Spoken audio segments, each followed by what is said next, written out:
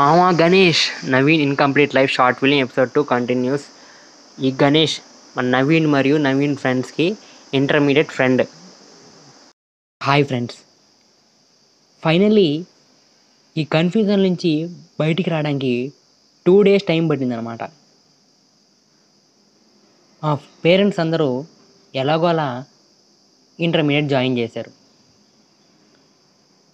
So మేమందరం కలిసి ఇంటర్మీడియట్లో ఎంపీసీ గ్రూప్ తీసుకున్నాం అనమాట. అంతా బాగానే ఉంది. ఫస్ట్ డే ఆఫ్ కాలేజ్ సూపర్గా ఉంది. ఇలా గడుస్తున్నప్పుడు